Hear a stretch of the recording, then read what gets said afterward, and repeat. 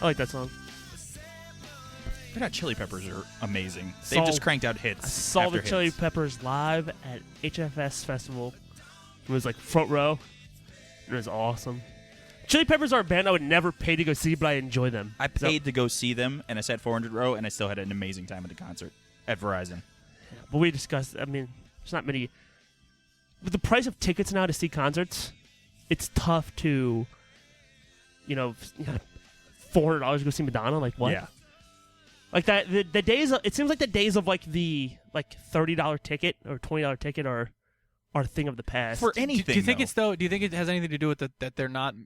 I guess artists always made their money on tour, but there's really not There's not really any coming in with CDs or selling music anymore. So do they have to ramp up their concert prices, or?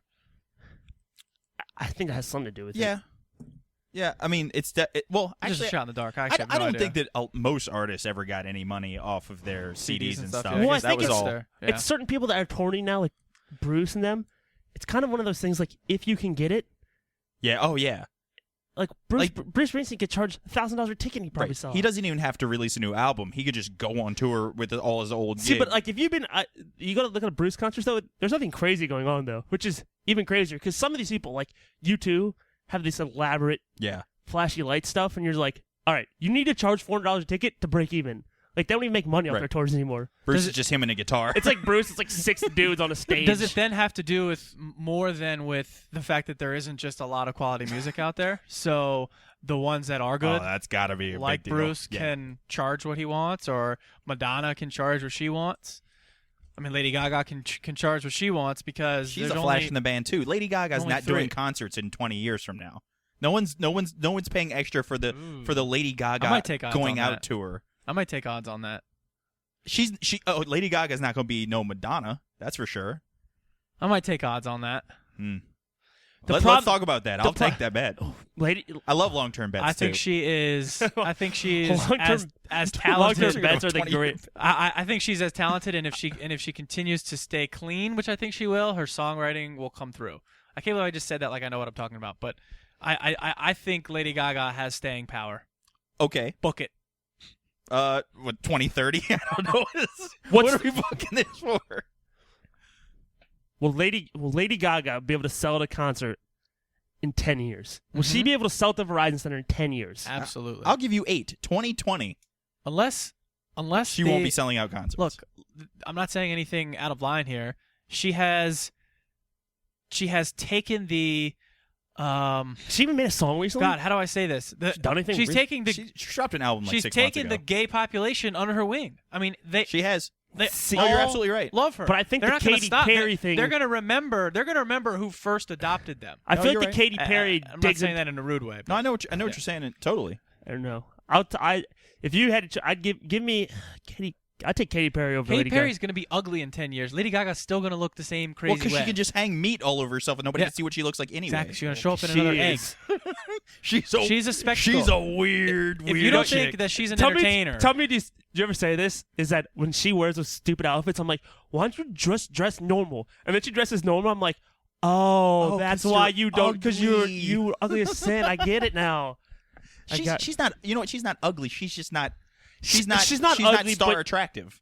Yeah, she's. I could see her on the street and not think twice when she walks past me, because she's just meh. Are you going to see Katy Perry in 3D? That's the real question. Wait, is that what you were talking about, Wilkes? Is that why you said that? Because you have this.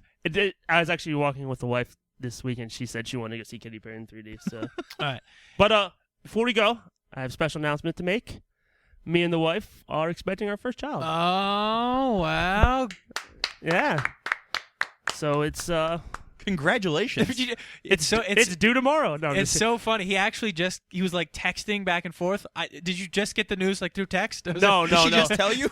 No. Hey, I'm John. pregnant. I said plus.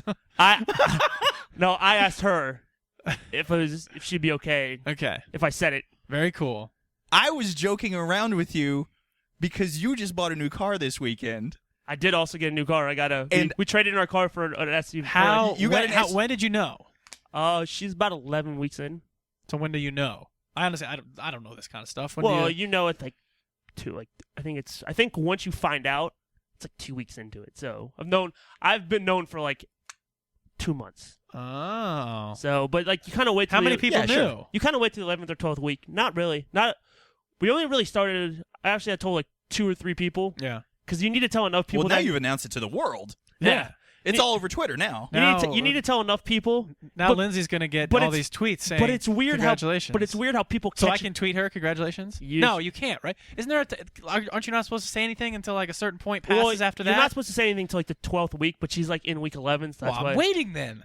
Tell Lindsay I'm waiting, and as soon as you give me the okay, you're just waiting. As soon as you give me the okay, I'm gonna congratulate her. No, so I was joking with you this week because you traded. We traded Lindsay's car. We got a new car. You just glossed right over. You didn't even flinch at it. That's pretty good. It's because it's tough to keep a lie like this going because it's a good lie. Like you want to tell people, so when they say it, and I'm not a good when it comes to that. So people say, but people put together like you put it together like an SUV. Like Sam put together because she knows like Lindsay had a drink, but like wasn't acting any different. She wasn't even sure if there's any alcohol in Lindsay's drink at Sam's party. Oh, so Lindsay got water and like cranberry. Well, to make it look like it was nice. If so it's easier. We don't have to keep that charade going. Not to get vulgar here or anything, but you didn't make it a secret. I don't think to friends that. It was something that you've been entertaining, something that you've been attempting. So it's like at some point you're gonna, of course. Well, people are asking. One of the guys is going to swim down the right way, and it's going to happen. Yeah. So the baby's due on Christmas Eve. Really? Oh wow! That baby's going to get shacked out of presents. Totally every year. Oh, poor kid. Good job, Wilkes. Yeah, poor kid. You might as well become Jewish. Just make the switch now. But even Hanukkah's around that time. Well, congratulations! I'm sure we'll hear. Thank you. We'll hear more about obviously, I'm super excited, but you have that one moment where you're like, "Huh, last year's my last New Year's." Yep. I'm like, you're done. And obviously, in the long run, you don't. It doesn't matter. But for that one fleeting moment, you're like, really wish I had done it a lot bigger last year. So since at some point you're not going to be able to say, tell us right now what you want, boy or girl, go. Boy. Oh, so there's no question. See, some people, you're. Well, I'll love whatever it is. Your initial reaction is boy. I mean, mine's gonna be. I disagree. As soon as I want a little girl, man. Because I know I stand no chance. Yeah. Against a girl. Yeah. Well, that's a good point. I barely stand a chance against my dog. Yeah. The thought of me having a kid is actually, I'm like getting goosebumps. I hives, not goosebumps. You're getting sweating a little bit over there, Kevin. It's bad. It's a bad feeling, but. John, congratulations, my man. Thank you. Awesome. We'll keep us updated. Yes. Weekly updates. I don't know what else that means. I don't know what else you do now. Like, what you just buy a whole bunch of books and go to classes. We want doctor visit updates. We want sonogram pictures. Just bring it all in the show. The next update will be in July. Do you ever wonder? I sometimes think about these weird things. Like, do you ever think who the first sonogram was to get tweeted out? Like that, somebody out there was the first sonogram to get tweeted. Who owns the first sonogram? The first sonotweet? And I wonder if the guys from Twitter know that. Huh. I mean, I know. Kind of weird question. Does. But when did Twitter start? Is that weird that you're going to Twitter started like maybe 4 or 5 years ago. Is that weird that you're going to tweet out probably as soon as you get it? You're going to tweet it out? Well, we have a doctor's appointment on the 15th. Oh, it is. I'll tweet it. At that point, I'd tweet that out. Tweet. I didn't tweet out the first one out. That's a surreal experience when you're like the room's dark and you can like hear the heart beating. You're like, man. Huh. Whoa, this is actually real. You're like, well, this stepped right into it on this one, didn't I? All right, it's go time. So. Well, I mean, you sort of stole Randy Whitman's thunder here. Yeah. But I decided to give. We do not know if Randy Whitman is expecting. We do not know that, but we do know that we're expecting him to return. That our buddy expecting Wilkes him to be here next year. So yes, you are expecting him to return. We talked about that in the first segment. But big news for the Wizards, as has been for the past few years, really, when it comes to the draft lottery. Now, I do like draft. I enjoy the draft lottery. Well, I mean, it's complete. It's the one thing in sports that you know is rigged, right? I mean, there has not been one year where it hasn't been 100% completely rigged. There's not been. You can't think of one. It's tough. Every single year there is a. I'm thinking of the teams. I'm thinking of the teams who've got it and things you can, Of course. Cleveland, Jordan, with the Wizards, the Wizards twice because then they got it after. Right. Yep. After Poland died. Yep. Yeah. All right, well, it's rigged. You got me. Didn't take much to give. So this year, a lot of people think the Hornets are going to get it because of the mess that they're in with the with the ownership. So that would be my money. how bad the Bobcats were last year. If this one comes up anything but the Bobcats, they must have like 900 if there are 1,000 balls in there, they must have like 980 of them. They probably put in a couple extra for them because it's just like, what the hell's going on? So the Wizards, there's an article, one of our contributors wrote an article, right, where we have the what is it, fourth or sixth best chance to win the lottery. Not the fifth. I don't think it was the fifth. I remember 4, or I remember the number 6. I'll look up. Yeah, look it up. But I don't understand math, but okay. Yeah, there's a couple. I mean, bottom line, once again, the Wizards should get an impact player. And so the question then becomes, looking at some of the guys available right now, sitting the day before the draft lottery, who's somebody that jumps at you as, as a guy that could come in, make an impact on the Wizards at this point with so many holes, maybe minus point guard. You take best available, obviously. And I think we're all in agreement. I think we, even during the break. Looks like the best chances, looks like it's the fourth. Fourth, yeah. So I kind of think what we talked about it. We just want somebody that can put the ball in the basket. Yes. In any way, shape, or form. I want someone that night in, night out. That's 18, 20 points. I've guaranteed. You've seen it before, and I've talked about it before. When your point guard, now minus Derrick Rose, there's always exceptions to the rule. But when your point guard is the one expected to shoulder 25 to 26 points a game, that sometimes that usually means, or that normally is a recipe for not a lot of wins. I mean, you remember the days of I guess Iverson, I don't know if you'd really consider him a point guard, but even, you want somebody on the wing, you want a big man that can night in and night out get you 25 and 10. I mean, that's what everybody wants. That's what every team wants.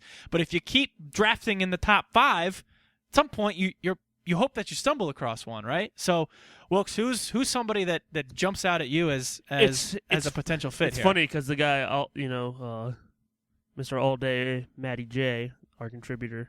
Yeah, I wish I had a name like All Day Matty J. Jamal Matthews, who wrote the article, he actually was on the same place I'm with Bradley Beal. And I know he does it. It's weird. Bradley is the co-host, and then I live on Beal Avenue. That's just too weird.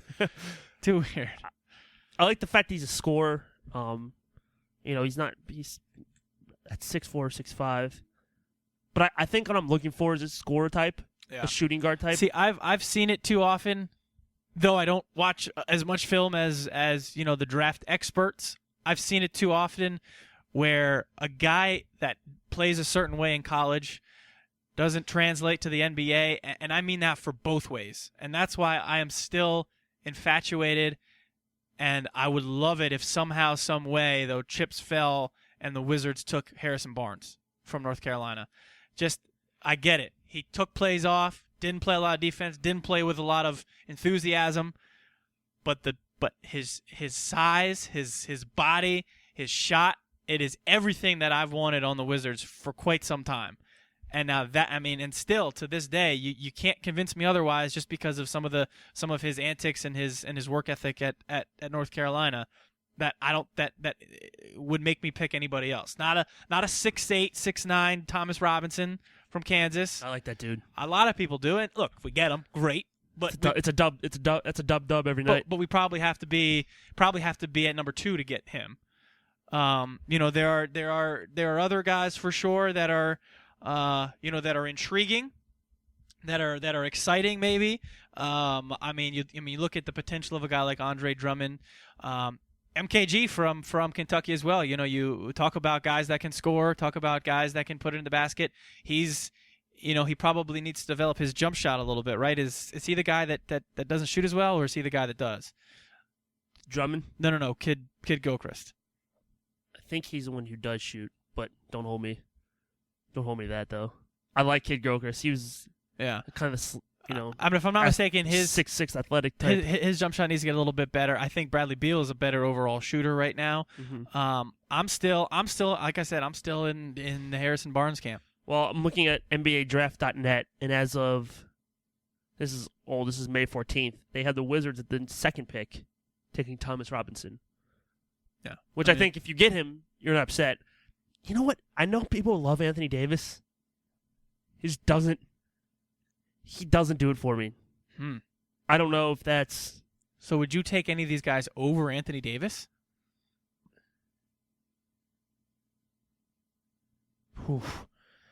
I mean, it's...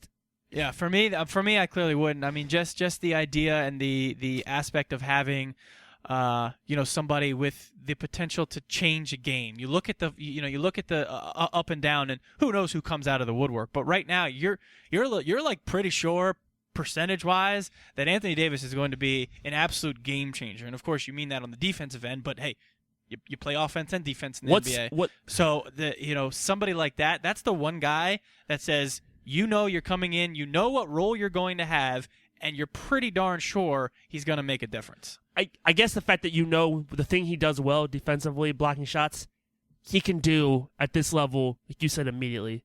There's an immediate impact from Anthony Davis that you may not get with some of these other guys who need to develop their offensive game a little. Yeah. It's going to take a while. But I think long-term, I don't think his ceiling isn't as high as a guy like Thomas Robinson's or as, Michael Kidd-Gilchrist or even Harrison Barnes. I don't think Anthony Davis' ceiling is that high. I mean, he's 6'10", 220. And does he even look 220? No, but sometimes that's a good thing. That means he can add muscle. That means he can become 250. Yeah, I mean, remember, how old is he, 19? I mean, he's a freshman, yeah. I mean, he's gonna put muscle on. This mock draft has 4 North Carolina players going in the top 12. It's insane. Who are those? It goes Barnes at 5, and then at 10, 11, 12, it goes Henson, Kendall Marshall, and Tyler Zeller.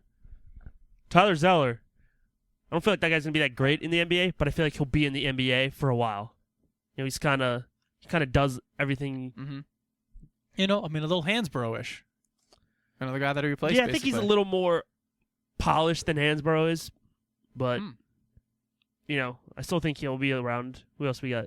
This one just go through this quick mock draft. It has Anthony Davis, Thomas Robinson, Andre Drummond, Michael Kidd-Gilchrist, Barnes, Bradley Beal, Jeremy Lamb, Austin Rivers, and then Perry Jones. Are you excited for tomorrow night? Are you excited for the potential? I remember, obviously a couple years ago with there was a number 1 pick that, the Wizards knew they had a slight chance. I think at that year they were maybe the 3rd favorite. Ended up getting him. You were excited. You had anticipation. Last year, as soon as we knew we had the 6th pick, there was a lot of chatter about Jan Vesely right away. Where are you at this year? Where's your feeling this year? I'm actually hoping they don't get the number 1 pick because I'm not fond of Anthony Davis, but I think there's a lot of talent.